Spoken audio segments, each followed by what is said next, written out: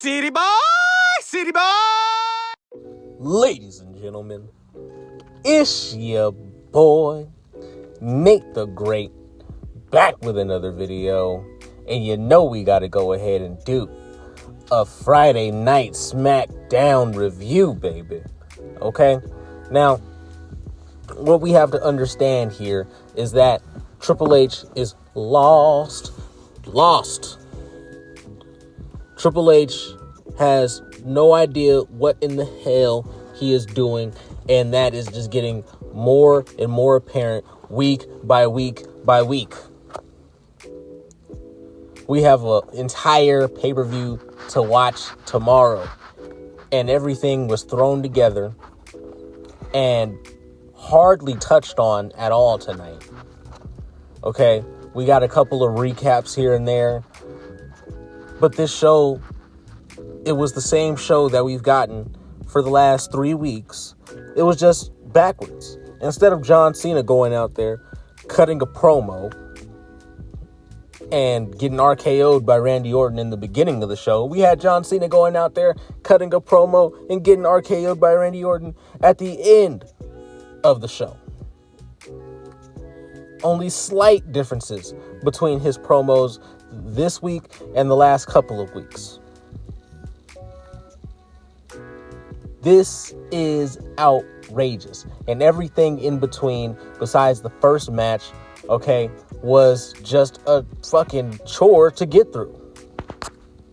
Let's go ahead and dive into this review, this rant, whatever this is going to turn out to be. And let me know what y'all think down in the comments below, what y'all thought about tonight's show. All right.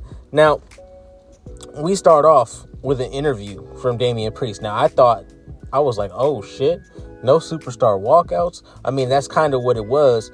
But then Byron Saxton walks up and he starts interviewing Damian Priest. And Damian Priest, or Byron Saxton's like, oh, well, I know that you have a match with LA Knight tonight and you have a match with LA Knight tomorrow. What do you think about all that? He's like, I just wanted to get my hands on LA Knight or whatever, Drew McIntyre or whoever he said. But now that I get a chance at the title and I get the chance to get my hands on him, that's even better. That's all the better. So he says that LA Knight pulls up because apparently they're about to be in a match. All right. This is a match that they set up, I believe, last week. All right. But they're doing this at the beginning of the show. I thought this was going to be the main event, but this is the first match. We're doing LA Knight, Damian Priest versus Solo Sikoa and Jacob Fatu. Okay. For like what feels like the 8th time, even though I know that this is just another iteration of LA Knight versus the Samoans. What we get is LA Knight backstage with Damian Priest, and Damian Priest and LA Knight do the whole, oh, well, can I trust you? I'll have your back if you have my back. The whole thing, the whole shtick. We've seen this done multiple times. I believe they've even done this same exact thing before where they're like, well, can I trust you? I don't know if I can trust you, this, that, and the other. But then we get into the match, and most of the match happens picture in picture, whatever. It's a little 10, 15 minute, 50-50 match as usual. And LA Knight picks up the win by hitting the BFT on Solo. There was a little bit of infighting, but they still won the match. LA Knight and Damian Priest. After a match, okay, we had Damian Priest and LA Knight getting each other's face. Then they started brawling. And then here comes Jacob Fatu. Jacob Fatu, he clobbers them both, hits them both with that ass. All right, sets him up in the corner, hits him with that ass. You can get that ass. Then you get that ass. No diddy. You get that ass. You get that ass. No diddy. All right, and Jacob Fatu is celebrating with the championship. Here comes Drew McIntyre. Drew McIntyre hits him with the Claymore. All right. Drew McIntyre was missing last week when this whole match was made up. All right. And all that. So, I mean, it is what it is. But this is what happened. Okay. Now, we go backstage. R-Truth is backstage with Let's Go Cena sign. All right. He's saying, let's go Cena. And I can't hear you. And here comes Jimmy Fatu. Here comes Jimmy Uso. Okay. Jimmy Uso is like, hey man, what are you doing? Fucking R-Truth is like, again, like, oh, well, John Cena's my childhood hero. I'm on John Cena's side. Jimmy Uso is just like, Cena sucks though. And then R-Truth is like, hey man, you better watch your mouth. Fucking Jimmy Uso tries to do the no yeet thing. Nobody in the audience did anything with that, right? And then, R-Truth goes back to doing his little fucking let's go Cena shit. So I don't know what this is all gonna be, all right? I don't know if they're actually gonna have R-Truth, because that's been the rumor, right? That's been what's being said on the net, right? They've been saying that R-Truth is gonna interfere with this match and help John Cena and turn heel with John Cena. Now, that might be entertaining, but I mean, I don't know. We'll have to see what actually happens here, because we all know that Triple H is horrible at this booking shit. So we move on. All right. Drew McIntyre, he has an interview. Now in this interview, it was a pretty decent promo that Drew McIntyre cut. He basically just stated, the obvious, like, hey, there's a lot of, this whole match was just thrown together for absolutely no reason. Like, that's basically what he said. This whole match was thrown together for absolutely no reason. I won the number one contenders match a couple of weeks ago, and then all of a sudden they just get thrown into this match while I'm not even here. That doesn't even make any sense, but it doesn't matter. I'm still going to walk away with the championship, this, that, and the other, right? That's basically what he says. All right. And Drew McIntyre is absolutely right. This entire thing makes no sense. But here we are. That we have to do this so we can get to Backlash, so we can have a match at Backlash that is going to cook, because we already know the John Cena versus Randy Orton match. It just is not going to be what they used to be. These motherfuckers are 50 years old, damn near, right? So it is what it is. But, decent promo from Drew McIntyre there. All right, we get a recap for the whole Zelina Vega and Chelsea Green confrontation that they've been having last week, and this, that, and the other. And we cut to Nick Aldis's office, or, well, we don't know it's Nick Aldis's office, but Chelsea Green and the Secret Service, they're holding a eulogy. They're holding a eulogy for Chelsea Green's title reign. This was beautiful. This is what I want to see. This is creativity. It's just something, right? Chelsea Green, I say it all the time. She's just one of those ones that simply gets it. She gets it. She gets that this is supposed to be over the top. This is supposed to be funny. This is supposed to be lighthearted. This is supposed to be, of all things, entertaining. And Chelsea Green is just that. She's entertaining. So this whole thing was great. She basically just says that, she's, because Nick Aldis and fucking Zelina Vega, they walk in on her and they end up setting up a tag team match between Zelina Vega and a mystery partner and Chelsea Green and Piper Niven. So that happens. That happens. Then we get a vignette from Alistair Black. A very confusing, might I add, vignette from Alistair Black. This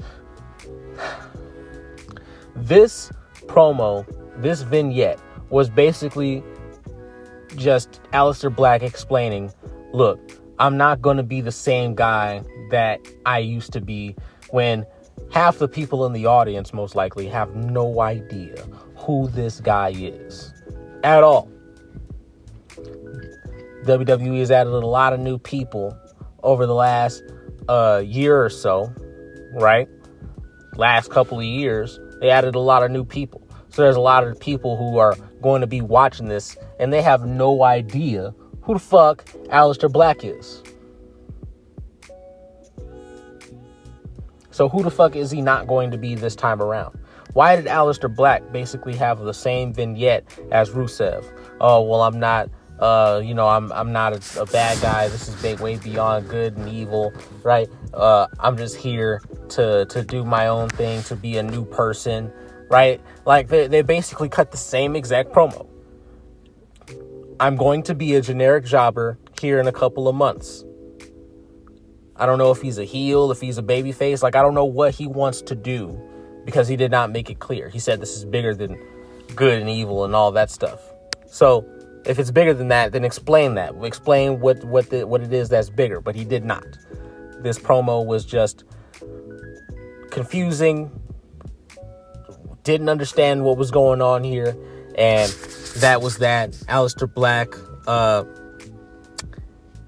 I don't see things going very well for him, okay? Next up, we get Chelsea Green and Piper Niven versus Zelina Vega, and her mystery partner ends up being Candice LeRae. Now, this match nobody could possibly care about at all, okay? And Candice LeRae and Zelina Vega are both criminally small. Like, they are both just 4'10", 4'11", respectively. Like, this shit is outrageous that you have these two women going up against Chelsea Green and Piper Niven, who are towering over them by like a foot, dude. Like a fucking foot. And fucking Piper Niven is damn near 250 pounds, 300 pounds. And these two skinny little 80-pound girls who are 4'11" at most are out there beating on Chelsea Green and Piper Niven because Candice LeRae ends up picking up the win over Chelsea Green, even though they had Alba Fire out there. Why are we burying Chelsea Green? Why is Chelsea Green taking the pin, especially from Candice fucking LeRae? Who is Candice LeRae? Obviously, I know who she is as far as I've seen her on wrestling TV, but who the fuck is Candice LeRae? And why should I care about her? What, because she won a match? Okay, who is she? Who is this bitch that's on my TV screen, taking up TV time?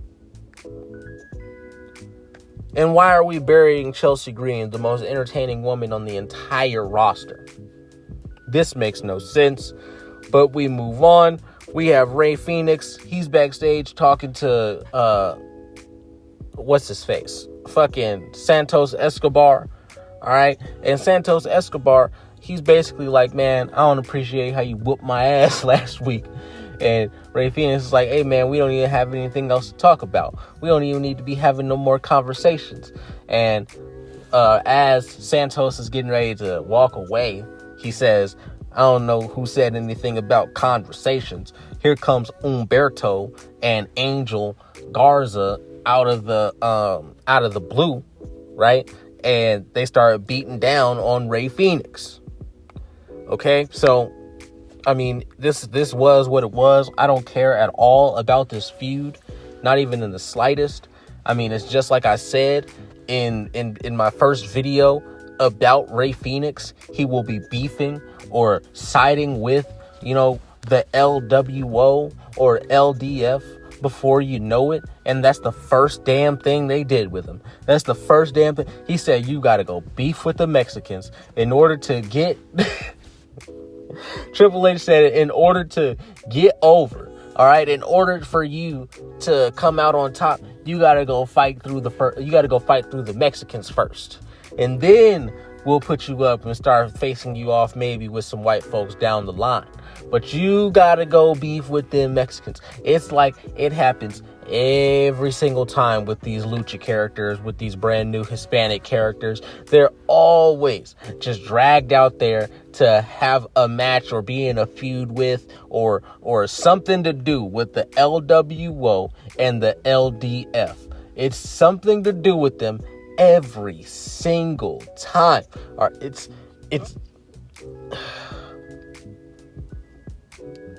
it is very hard to care at this point, especially when you're trying to build somebody like Rey Fenix up. All right, so that was what it was. All right, we go ahead and move on. We have Cena and and Randy Orton, little recap, little vignette type thing, getting us ready for, the match tomorrow, and John Cena getting ready to cut his promo tonight, right? So Charlotte Flair, she comes out next. She cuts a promo where she says that she had the greatest women's match in WWE history, and she was trying to do this whole, oh, well, why don't you respect me? You should respect me. This whole fucking bullshit promo that she was trying to cut. This average ass heel cut promo that she was cutting. Just unoriginal shit. And she starts getting booed out of the building. And she basically says that if they keep on booing her, then she's going to leave. So they keep on booing her, of course, because nobody likes Charlotte Flair, unfortunately, for Charlotte Flair. And she ends up just throwing down the mic and just walking away. Here comes Jade Cargill down the ramp, all right? They have a little midi stare down. And then Jade Cargill, she gets in the ring, grabs the mic and says, before you go, Charlotte. Charlotte's walking up the aisle, right? She's headed towards the back. Jade grabs the mic and says, hey, Charlotte, get to the back of the line. You had your shot. Get to the back of the line. Now, this buried Charlotte Flair like a muff. Because Charlotte Flair, all she did was put her head down, tuck her tail between her legs, and just walked away. She didn't go back and get no heat. Okay, she's supposed to be some kind of heel, and she had nothing else to say. She didn't even show up for the rest of the evening. Okay, besides kind of what happened next when she was out in the parking lot, or she was walking backstage. Nick Aldis is like there. He's like, oh, this isn't professional. This is not how you conduct business. Charlotte Flair's like, I don't care. I'm leaving. She walks up to her SUV and she's like, take me to the airport. And after she says that, she's getting ready to open the door, but then the door just slams. And into the camera frame pops Alexa Bliss. And she just stares down Charlotte. And this makes Alexa Bliss look like an absolute fucking jobber. What are they doing with Alexa Bliss? What is this supposed to be? Like, Alexa Bliss is not an imposing person. She's very small. So yeah, sure. If you are, an older fan, right? And you've just been watching consistently over the last, 8 years, however long Alexa Bliss has been doing her thing in the WWE, and before, she ended up leaving and all that stuff, or, just being out for a little while, right? Before she ended up doing all that. If you haven't caught any of that stuff, you have no idea who Alexa Bliss is. Once again, all these new people are left in the dark. So they're like, who is this little bitch that Charlotte is like looking afraid of right now? All you've seen of Alexa Bliss is that she lost at the Royal Rumble. She lost at the Elimination Chamber. And all she does is pop up backstage and stare people down from time to time. Who is this lady? That's what we're getting from her. So don't be surprised if Alexa Bliss, even though I don't think it's going to happen like overnight or anything like that, but don't be surprised if she starts getting just lukewarm responses, because this is how they're booking her. They're not booking her like to what her character needs. So that was that. All right, next up, we got Nia Jax versus Jade Cargill. This match pissed me off, okay? Fucking, this match was, first of all, I mean, I liked the match for what it was, but the fact that, one, Tiffany Stratton was out there, not on commentary, but just out there, in there, just there because, obviously, something screwy is going to happen in this match, right? She's out there. Nia Jax and Jade, they're doing their thing. Here comes Naomi, right? She blindsides Tiffany Stratton. Here comes Nia Jax. Fucking Jade Cargill, she gets distracted by that whole situation. So Nia Jax hits her from behind, gets her with the, she drops that thing on her, right? Drops that booty on her and pins Jade Cargill clean in the middle of the ring. Triple H just sat there, literally just sat there and buried Jade Cargill clean in the middle of the ring. I don't care about the slightly, like, what? Okay, so she got distracted by Naomi outside the ring, so she gets beat the fuck up by Nia Jax? What does this do for Jade Cargill? She is not protected in this loss. What does it do for Nia Jax? Because all she did technically was beat a tag team jobber at this point.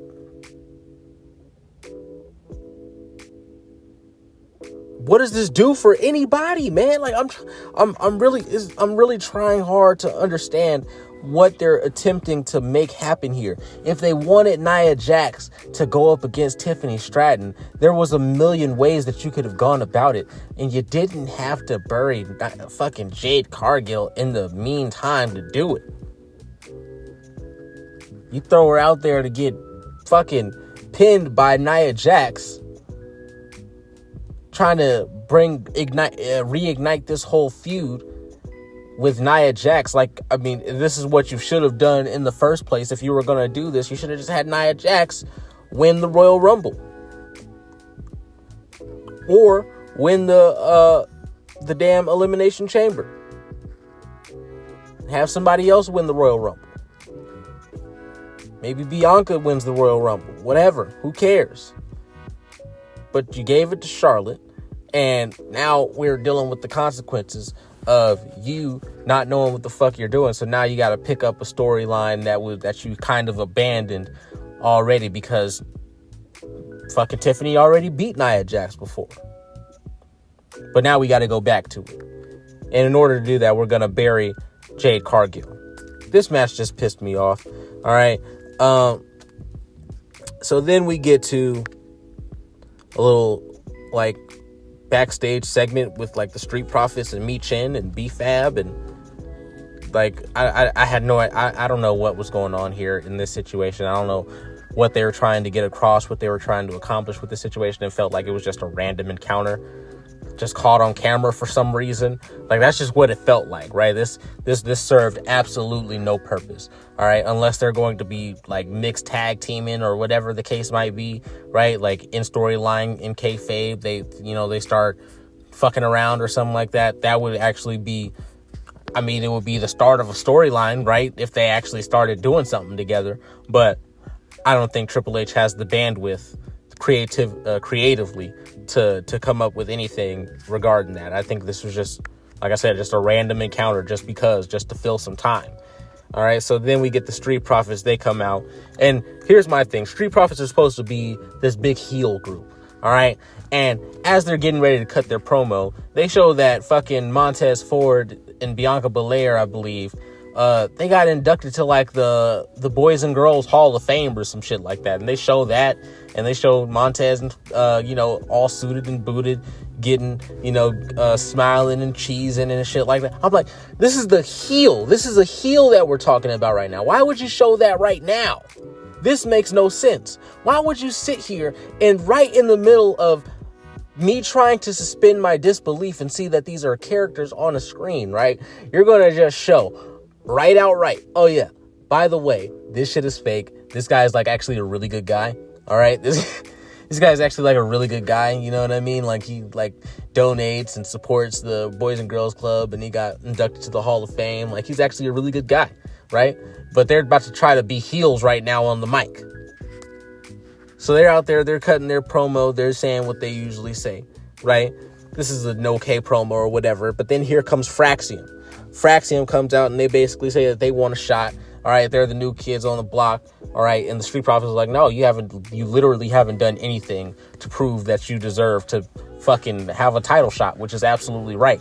And then here comes fucking Nick Aldis, right? And mind you, the Street Profits are hurt, right? The Street Profits are hurt. They have bandaged ribs, bandaged up their knees and shit like that. Like, they're fucked up from their match last week. Here comes Nick Aldis, and he's like, hey, well, the Fraxium, they want to prove themselves. So I don't see why they shouldn't prove themselves, right here, right now, tonight, against the Street Profits in a non-title match. Like, why is it that the GMs and like WWE, they like just do everything that they can to fuck over the heels, to take the heat off of the heels, always having the heels really on like a sympathetic path? Like, why would you put these heels in a match with with two fresh guys, right? These two fresh guys, and they're both injured. Why would you do that? That makes no sense. That makes zero sense. Why would you do that? Unless you have a beef with them. But it hasn't been established that Nick Aldis has a beef with these guys. So why would he do that to them? Why would he put them in that position where they have to, have a match right here, right now against Fraxium, who literally have not done anything to deserve a match against the champions. And then Fraxium wins. They win the match. So how does this help the Street Profits at all? This makes no sense. And if you're thinking that it's helping Fraxium, it's really not, because they only beat the champions while they were injured and battered and bruised. That's one. And once the champions are healthy, they're just going to beat Fraxium for the championship. So it's like, okay, well, yeah, they were decent enough to beat the champions while they were fucked up, and it took them a long time, and, they won by the skin of their teeth. So, I mean, they're not really up on their level like that, because they could only win, and they barely won against them while they were injured. So how would they win against them or anybody at this level of the championship level if they can't even beat the Street Profits, if they can only beat the Street Profits when they're injured? So this doesn't help them at all. But that was what it was. We got Mello and Miz. They're up next. Okay.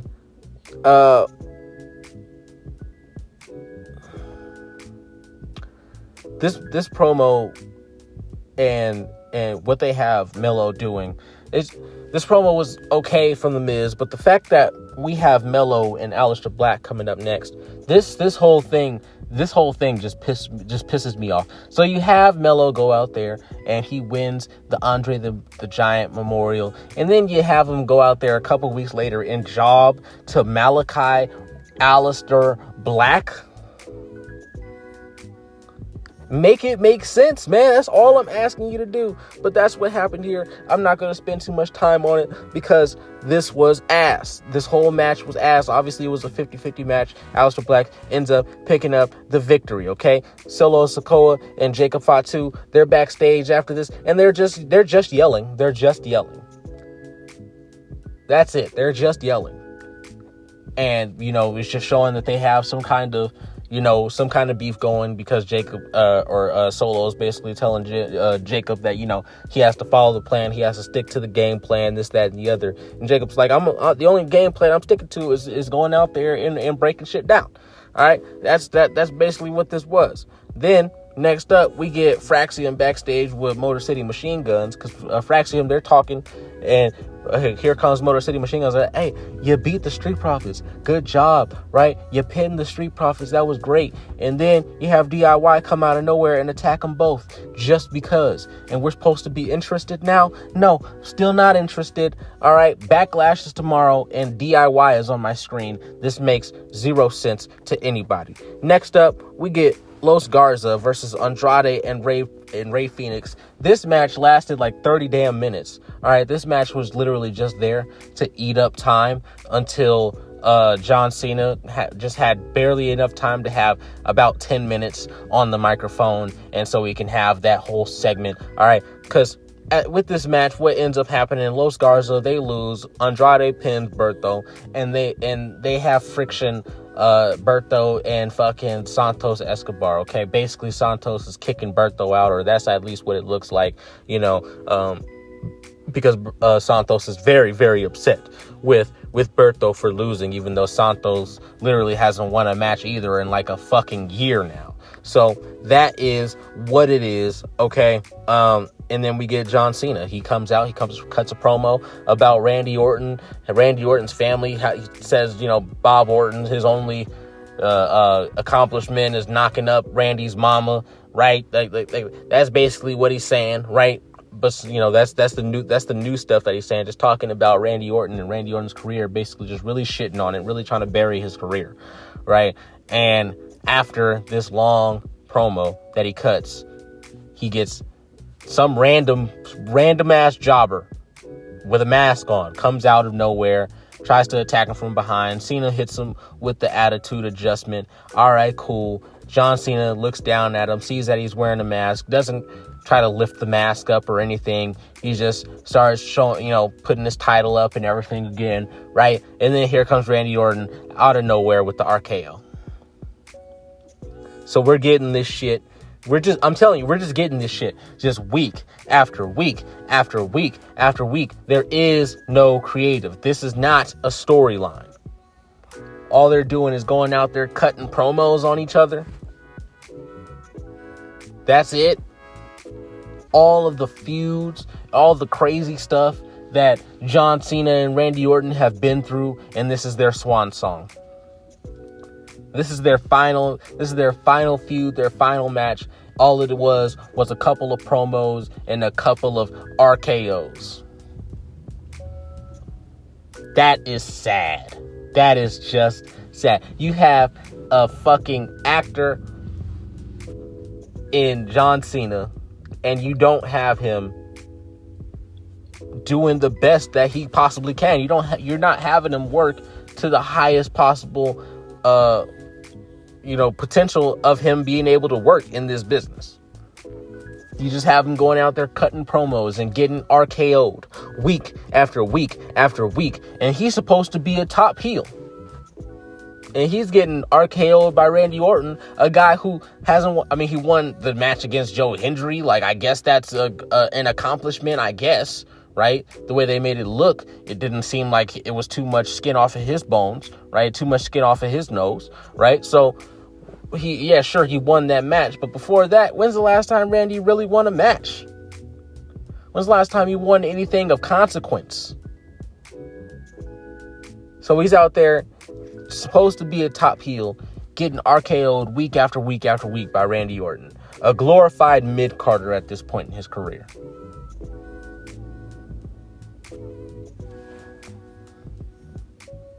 I don't know. Backlash is tomorrow, man.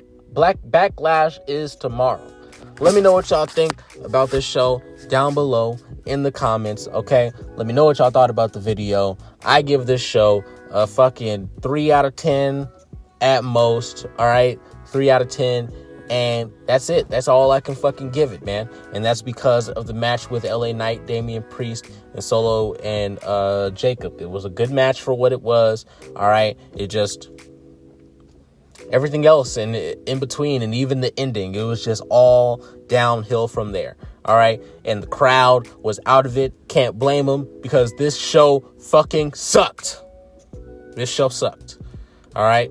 So like I said, let me know what y'all thought down in the comments below. This is your boy, Nate the Great, back with another video, and I'll see you in the next one.